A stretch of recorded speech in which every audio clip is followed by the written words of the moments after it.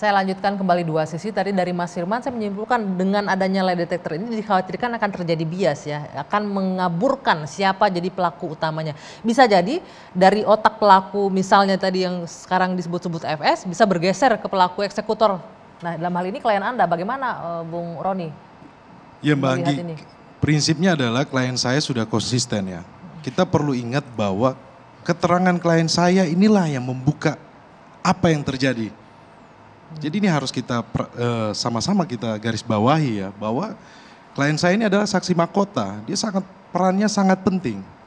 Kalau seperti yang tadi disampaikan oleh Abang bahwa ada kemungkinan seperti itu, tentunya kan nanti kita uji di pengadilan. Makanya saya bilang 185 ayat 6 itu kan persesuaian saksi dengan saksi, persesuaian saksi dengan alat bukti yang lainnya.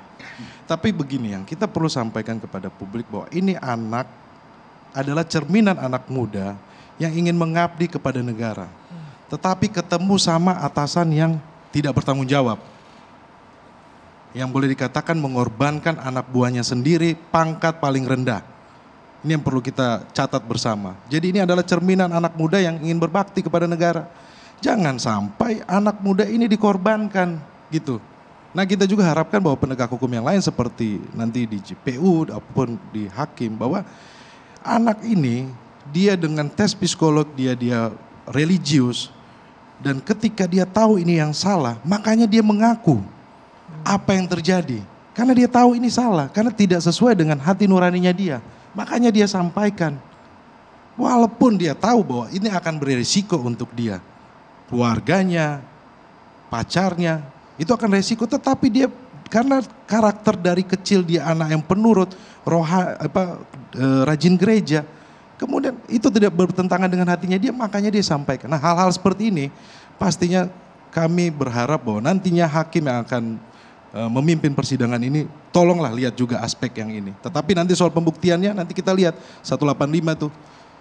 Oke Bung Martin, kalau kita lihat menyimpulkan tadi omongannya pernyataannya Mas Firman bahwa ini bisa jadi bias dan mengaburkan siapa pelaku utamanya, bagaimana keluarga melihat kalau seandainya ini benar-benar terjadi yang dikhawatirkan Mas Firman, bergeser nih tersangka utamanya. Jadi Mbak Anggi, yang disebut dengan keadilan ya, itu tidak terbatas hanya kepada korban dan keluarga. Dalam hal ini, tersangka ataupun terdakwa harus diadili sesuai dengan kapasitasnya masing-masing dalam melakukan suatu delik. Perannya masing-masing. Jika memang apa yang dilakukan katanya secara saintifik ini tujuannya adalah untuk mengaburkan, saya pikir ini implikasinya akan memberikan ketidakadilan bagi tersangka yang lain, dan itu kami akan bantu perjuangkan ya. Baik secara pembelaan melalui media maupun nanti di persidangan, kami juga akan aktif, kami akan bersurat. Intinya tidak boleh ada orang yang dipersalahkan di luar dari tanggung jawabnya. Kalau sampai itu terjadi, Bang Roni, kami juga akan bersama dengan Eliezer, kami akan bantu Eliezer kalau sampai itu terjadi. Demikian bagi. Ini jadi menarik ini, membantu pelaku penembakan jadinya, kalau seandainya itu pergeseran peran tadi. Karena sampai saat ini secara logik ya dan secara bukti tidak ada urgensinya Baradae itu membunuh Joshua. Tidak ada niatannya juga, tidak ada. Ya? Tidak ada. Dan satu kamar. Oke, tidak ada. Apa tadi mens rea-nya juga tidak ada Mas Firman ya. Tapi Mas Firman, Anda berpikir sejauh itu apakah akan seceroboh ini aparat penyidik kita dengan menyediakan lie detector ini? Ini begini, ini kaitannya kan kalau memang splitsing atau pemberkasan yang dipisah antara pelaku satu dengan pelaku yang lain. Itu kecenderungan kan biasanya kalau tidak ada bukti atau kurangnya bukti, buktinya tidak cukup. Ya. Tapi kalau melihat pada proses yang berjalan, rasanya prinsip minimum pembuktian sudah dipenuhi ya. Ada alat bukti keterangan saksi, ada alat bukti real evidence ya, barang bukti, ya, ada keterangan ahli. Saya rasa sebenarnya prinsip minimum pembuktian itu sudah cukup. Hanya persoalannya ketika seseorang bersaksi, sejauh mana konsistensi yang tadi disampaikan oleh beliau. Ini yang saya juga perlu mencermati ini. Apakah ini bagian dari strategi untuk mengunci supaya tidak ada kesaksian yang dicabut nanti di persidangan.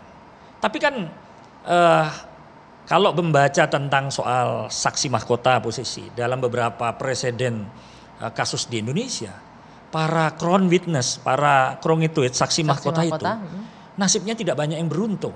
Contoh pada kasus Marsina, ya semua kena hukuman.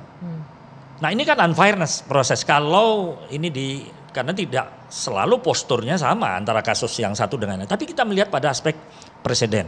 Walaupun kita tidak menganut asas presiden itu, tapi persuasif presidennya kadang-kala itu dijadikan rujukan. Kita melihat realitasnya para saksi mahkota itu justru mereka mendapatkan hukuman, bukan mendapatkan mahkotanya, ya, mendapatkan mitigating of punishment, itu mendapatkan PR rewardnya. ya dari kuasa ini hukum yang nanti di persidangan ini yang tuh. situasional yang saya perlu sampaikan, sehingga menurut saya perlu juga diantisipasi oleh para penegak hukum, penasihat hukum untuk memperjuangkan keadilan itu. Ya pengadilan ini harus terang etika. Konteks etikanya di sini tadi, kalau melihat seseorang sudah keterangannya berkali-kali berubah, ya maka di dalam pasal 18586 itu sebenarnya ada keraguan ya tentang perilaku tata susila seorang saksi, itu bisa menjadi indikasi keterangannya itu bisa tidak dipercaya. Oh, dalam hal ini sebenarnya nah ini tim PH kan sudah beberapa kali melakukan pendampingan, sudah bisa memotret ini keterangan semacam ini. Berubah ya? Tidak, kesaksiannya itu kan yang pertama adalah kesaksian skenario dari FS. Kemudian yang kedua ini yang disampaikan yang hanya sebenarnya. 2 kali terjadi perubahan. Yang iya. pertama karena di bawah tekanan itu Iya, tadi Anda bilangnya. betul. Oke, baik. Ya, apapun itu kita tunggu bagaimana ini proses terus berjalan sehingga berkas bisa lengkap P21 dan limpahkan ke pengadilan, dan kita akan kawal bersama-sama. Terima kasih Bapak-bapak sudah hadir di Dua Sisi malam hari ini. Terima kasih. Saya Dwi Anggia, saya akhiri. Selamat malam, kita jumpa lagi pekan depan.